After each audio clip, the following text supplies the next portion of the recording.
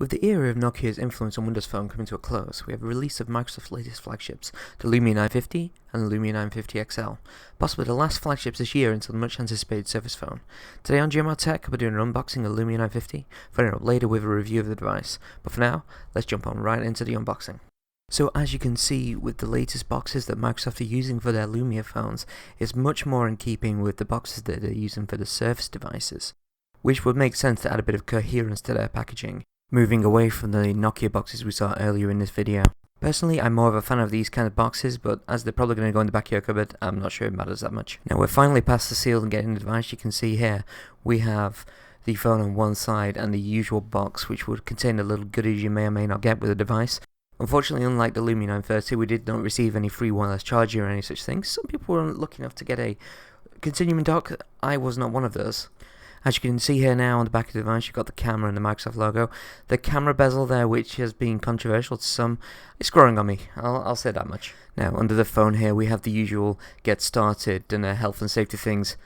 I think, to be honest, let's just throw these away. I don't think, personally, I'm not going to use these, but if you need them, they are here.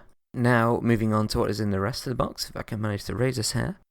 This should contain any USB cables we should need for the phone. USB-C is what this phone uses. Enables fast charging, which is excellent. One of the many advantages of USB-C and Qualcomm chips. And of course should give us fast data rates to the computer when we need to sync any files. Now, as we can see straight away here, we have two cables. One of them is the power cable and the other is the data cable for the computer. Let's just take a very quick look here. Yes, this is indeed a USB-C cable, reversible. At least on the phone end. So once you've got that plugged into the computer for the first time, great.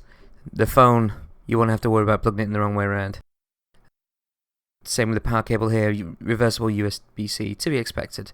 Now this is wired directly into the power unit, so if you were to use one of your older phone chargers, then you could use the power socket from that phone and plug the data cable in.